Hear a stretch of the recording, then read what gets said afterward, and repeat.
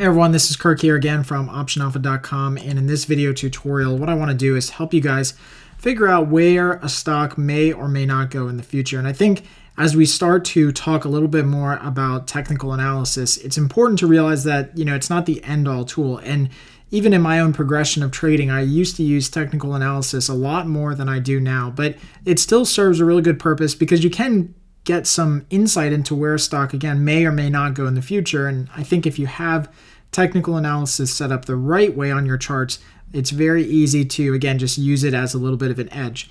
Now, one quick comment on setting up too many technical indicators. I often find that when I coach people that they have 45 different technical indicators they're looking at, and you get into this mode of analysis paralysis where you just are looking at this indicator and that indicator and whatever.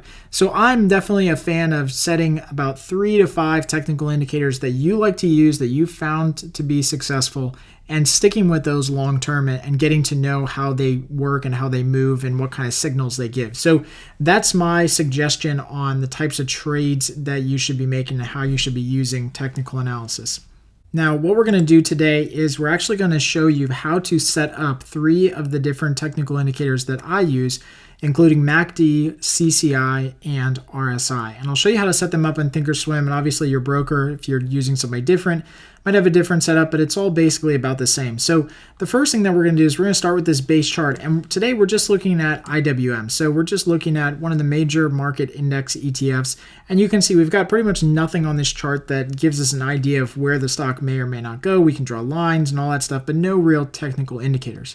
So what I want to do first is I want to go up to here where it says studies, and I want to edit studies. And so you can see there's no studies on here right now, but I'm going to add a study. So on the left, I'm just going to search for the first one, which is MACD. So I want to use MACD 2 lines, and there's a bunch of different ones you can use: histogram, crossover, 2 lines, just regular MACD, but I like to use 2 lines. And then inside MACD, you can see that there's a couple different settings. So the first setting that I want to do is I want to change the fast length, which is this one right here. Fast length, which is currently at 12, I want to change that to 15. So that's the first change I'm going to make. And then I'll explain what these different lengths mean. And then the slow length is currently at 26. I'm just going to even that out just a little bit more to about 30. So here's what they mean. With MACD, basically what you're looking at is 2 different moving averages. And you're using a faster moving average, which in this case is about 15 days, and a slower moving average, which is 30 days. And what we want to see with these 2 moving averages is this convergence and divergence in them, meaning is the momentum in the security, the shorter term momentum relative to the longer, slower term momentum, is that increasing or expanding against itself, right? So is momentum coming into the security or is momentum coming out of the security? And so once we actually put those on our charts, you see all I do is hit apply and go here and hit apply. And you can see that now MACD is on the bottom side of our screen. Now, once we have these on these charts, you can see that the green line, which moves a little bit faster and is kind of a little bit more edgy, it moves quicker with the market because it's a faster moving average. It's only 15 days.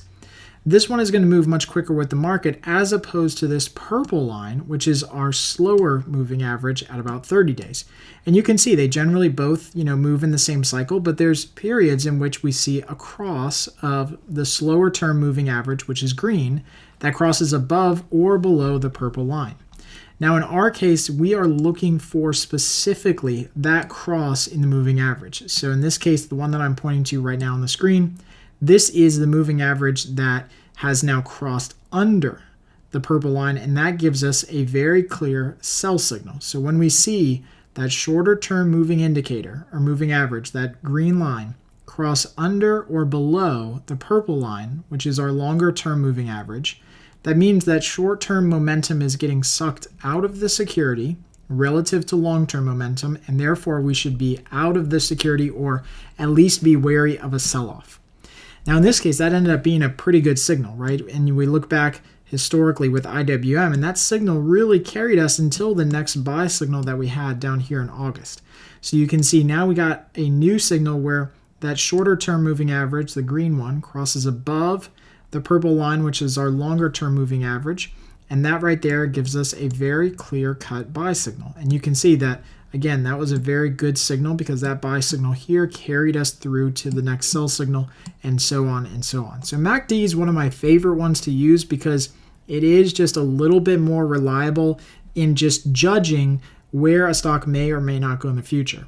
Now, as I say that, I'll point out, and even on this chart right now with where stocks are trading right now, we had a point in time where the signals weren't that clear. So there's obviously flaws to technical analysis, and this really, kind of drives home the point here that these signals weren't 100% clear at this time. You can see we had a couple different crosses as MACD was continuing to move lower, but as that happened, the stock just basically stayed sideways. There's a lot of volatility in there, but the stock really stayed sideways heading towards the future. And so it's important here to just, as always, take this with a grain of salt. What's really important with technical analysis is just where a stock may or may not go and how relatively overbought or oversold it is. So if you start to see, MACD really starting to extend like this and just run for a month and a half, it might be best to start, again, paring down your positions or at least getting a little bit bearish in some of your trades. So that's the way that I use it. And again, it's pretty reliable on most stocks, but you'll have to, go back through and back test a lot of those.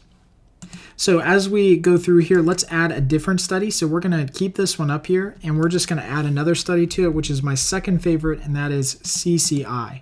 So CCI is a little bit different. We're going to change this one as well. The length of CCI is similar to MACD in that it judges time frames in the past. It's currently set at 14, and we're going to widen this out to 31.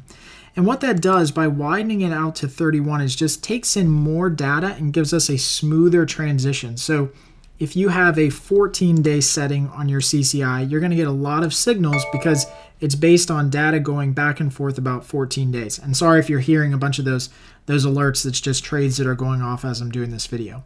So again, with a shorter term indicator, 14 days, you're going to get a lot of signals back and forth. Moving out to 31 days and changing that timeline just gives you a lot more smooth data and a lot less signals, but more defined signals. So the way that I use CCI is for basically trend analysis, judging to see where the market is relative to an overall trend. So what I'm going to do here is I'm just going to take the oversold and the overbought. I want CCI to be in blue. So I just want it to be a little bit more defined here. Okay. So here we are with CCI. What's important to notice about CCI is that the most important line on this chart is actually the 0 line. Now on here I do have the 100 and the negative 100 because that's what defaults in the indicators. On my particular charts, I like to take those off if I can because I'm not looking at that line. I really want to be focused on kind of this 0 line, and that's where we get our buy signal or sell signal. So with CCI, it's basically an indication of continued momentum in the security. And so what we want to see is we want to see a cross of the indicator above or below that 0 line. And that gives us an idea of where a stock might go in the future. So you can see we got a cross back here in, this is in October if you can't see the date here. And you can see that cross in CCI did lead to some nice rallying in the stock as we kind of headed towards the end of the year. And it's not all about being overbought or oversold. So just because CCI gets to extremes does not mean that creates an opportunity necessarily to buy or sell. So that's one difference with CCI as opposed to some other indicators is that it's not about being overbought or oversold. It's about crossing that 0 barrier. And here on the charts, you can see that we had a CCI kind of cross or go to an extreme here back in December, and it dropped low to an extreme.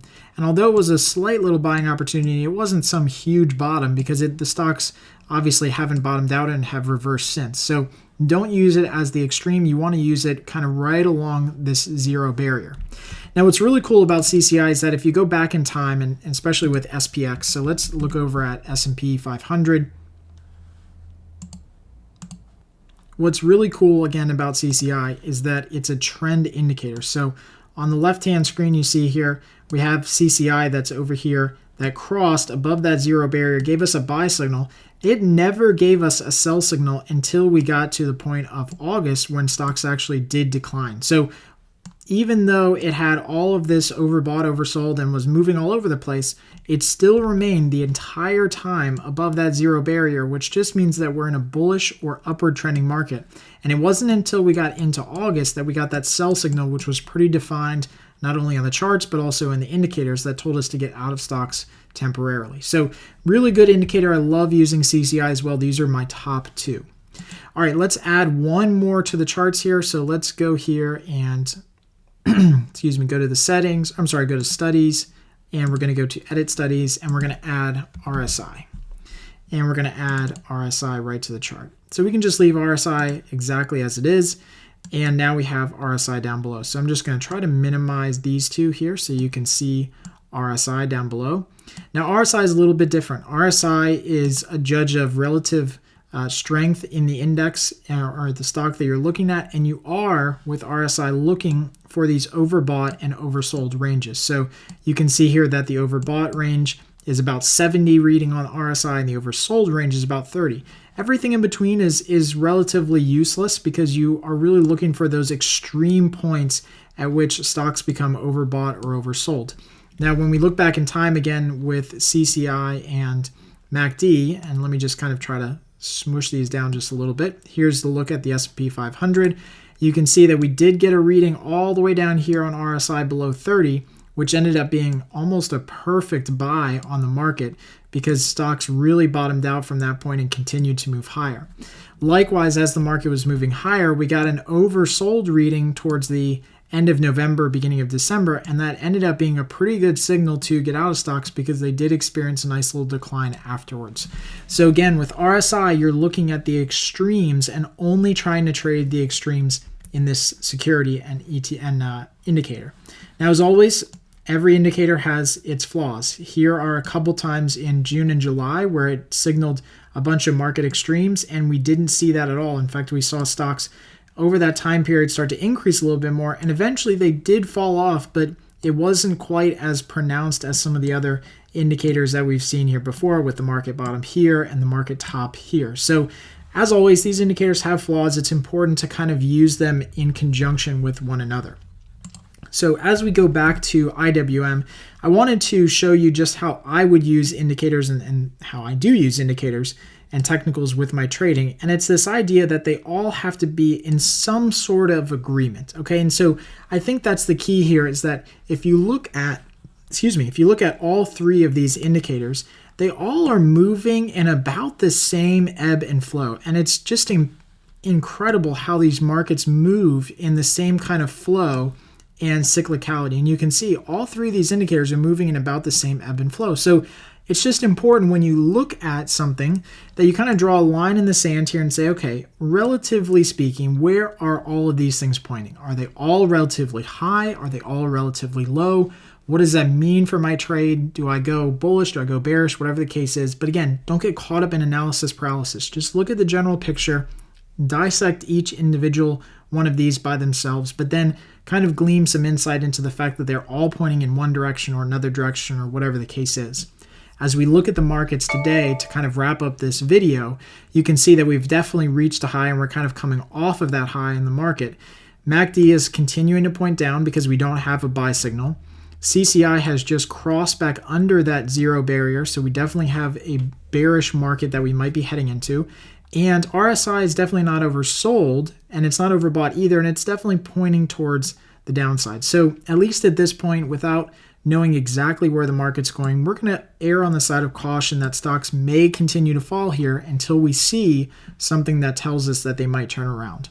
So I hope you guys really enjoy this video. This was a lot of information. It took a long time to get through, but this is really all what technical analysis is about. It's about adding a couple different indicators to your charts, making sure that they're customized to fit your trading timeline. In our case, we like to have a longer time frame in most of the indicators just so that it smooths out a lot of the data that we see, but then also using a couple of these to make sure that they're kind of in agreement or congruence with each other as we look to find out where a stock may or may not go in the future.